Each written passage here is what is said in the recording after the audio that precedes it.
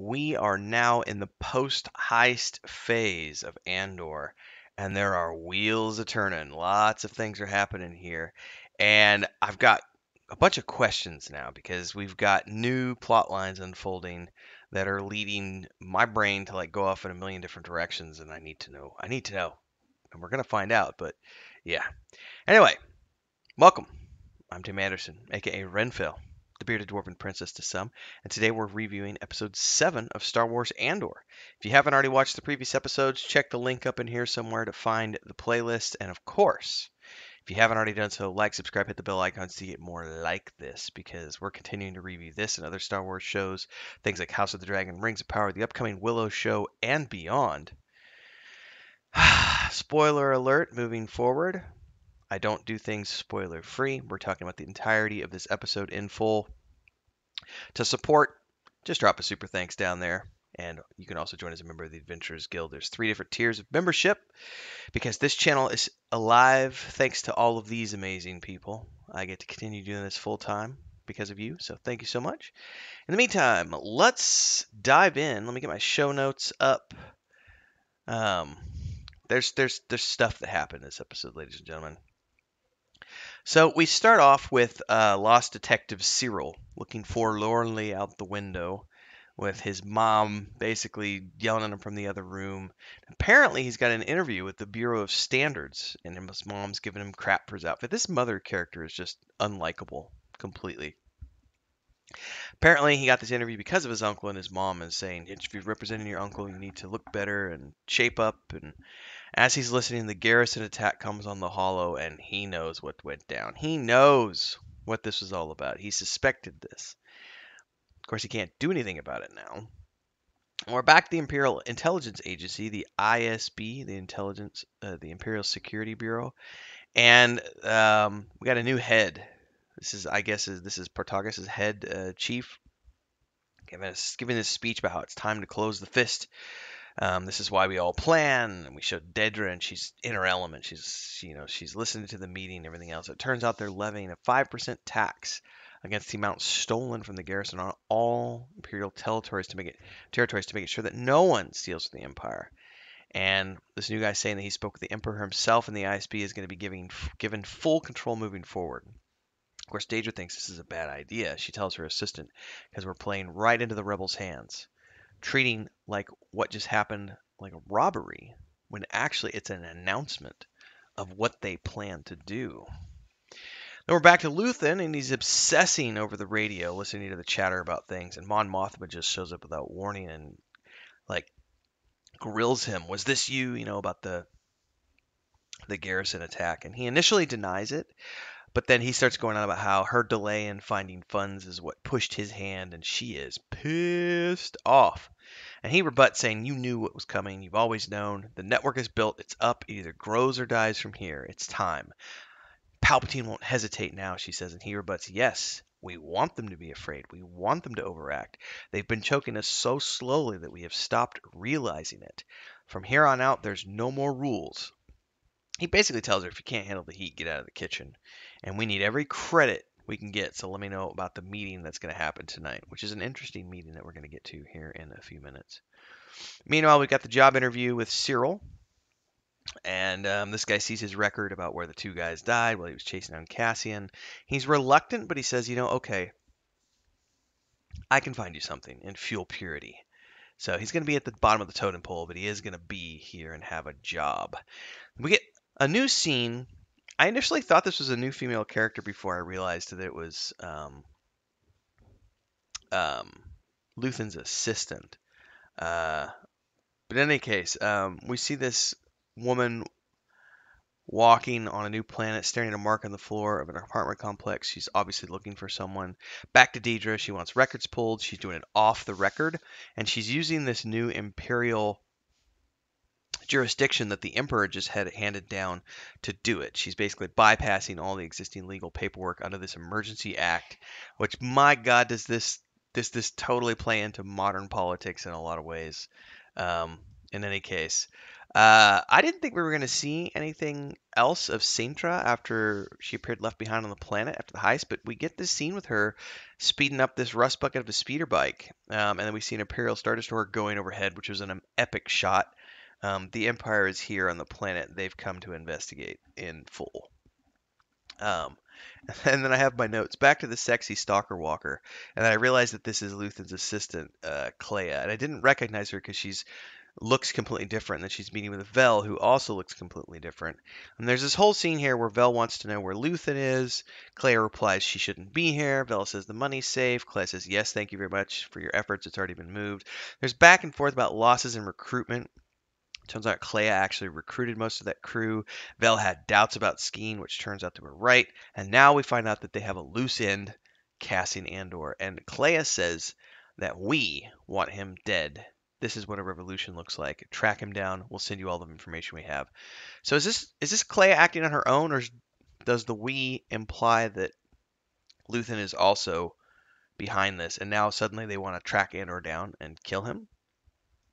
Appears so. Cassian's back home with his mother and the troubled robot. Ferrex is under Imperial authority now. Mom's like, you shouldn't be here. He came back to get her because he's got credits.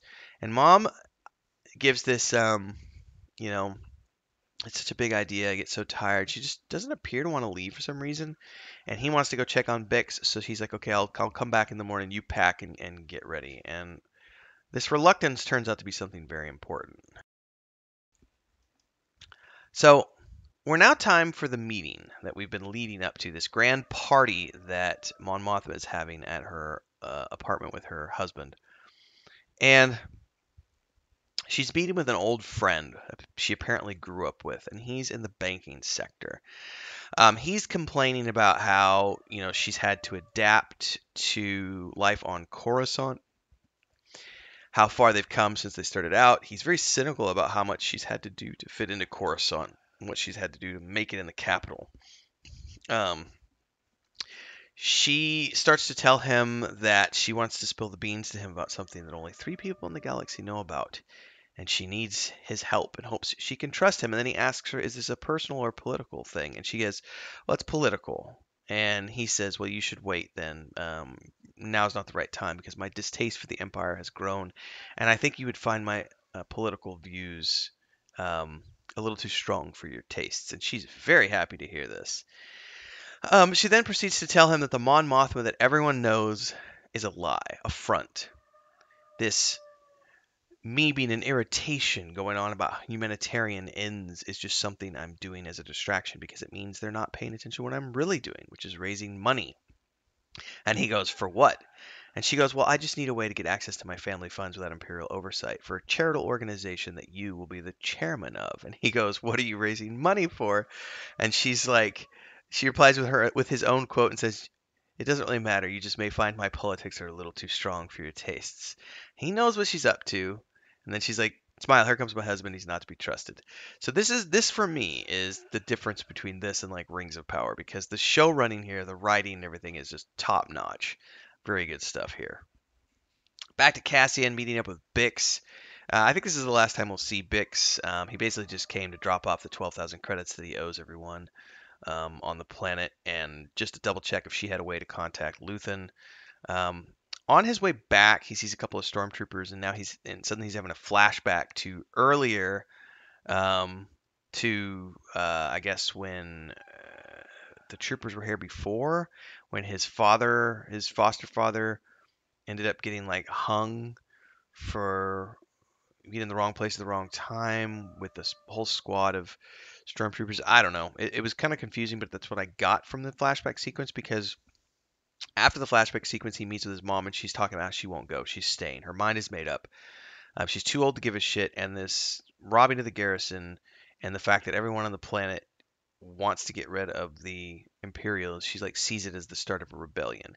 And she talks about how for 13 years she's been taking the long way around the square to avoid having to see where Clem was hung. And then she said when the garrison was hit the other day, it was the first time in all those years that I was able to walk by the square where he was hung with my head up and a smile on my face, And she's tired of hiding, and she asks him to stop searching for his sister. It's a fantasy. There were no survivors from that planet. You need to let her go. Now, we're back at the ISB, and Partagas is giving dressing down to Pythagoras. I'm sorry, the actor who's playing this role, I remember him as Pythagoras from the Hercules show that the BBC did probably 8 or 10 years ago now. It only ran for a couple of seasons. Anyway, he is a very minor character here. I just recognize the actor. And Dedra's rival lodges an official complaint against her for her off-book analysis and for breaking the rules, and that's a serious charge, replies Portagas. He then asks Dedra if she minds the accusations being laid out in public, and she says no. He's obviously put a lot of thought into this. Let's see what he has. There's a great back and forth here where she's being accused of doing things that are, against the rules, and she says, "Yes, I did those against the rules because they're not playing by the rules. Why should we play by the rules?" And the new Imperial edict from the Emperor gave me the right to do this. And yeah, the original things that Partagas set up when he established the boundaries and the territories worked, but now it's not working anymore, and I'm just trying to figure out a way because I think this is all about fomenting a rebellion and everything else. And Partagas eventually, initially seems a little, affronted, but then he comes to realize what she's saying sounds interesting, and then he says, "You know what? Um, I'm giving all of this to you now, giving you full access and oversight." And it's like, boom, bitches. So she feels justified. He says, "Walk with me for a moment." Then they're out of the room, and all he says is, "Well played. Watch your back." And then they're off. Again, brilliant writing, brilliant acting, brilliant show running. This is how you create tension and storylines, ladies and gentlemen. Now we're flash forward to a beach resort, and there's some really cool music here.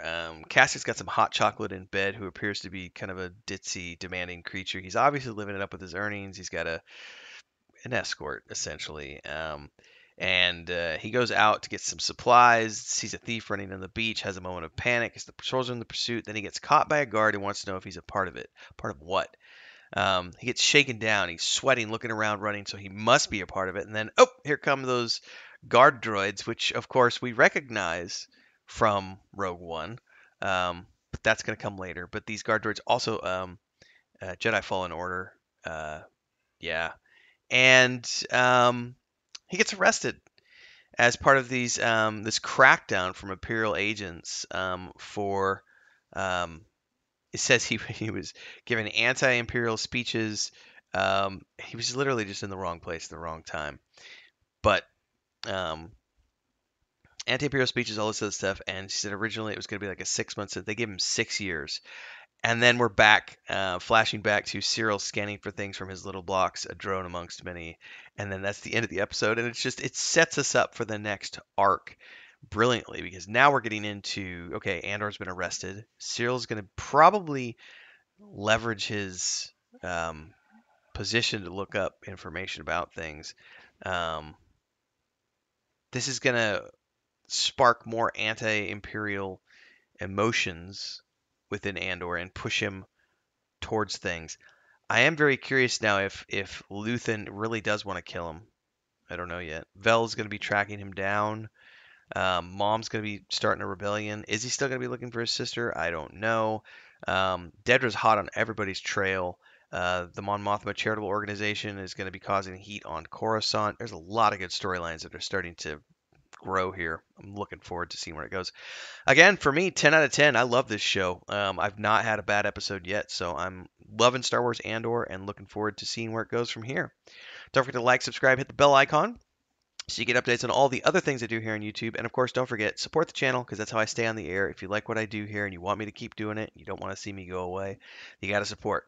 The easiest way is just drop a super thanks on this video or join as a member of the Adventurers Guild. Those are both easy ways. You can plug in a couple bucks, plug in 50 bucks, whatever you want.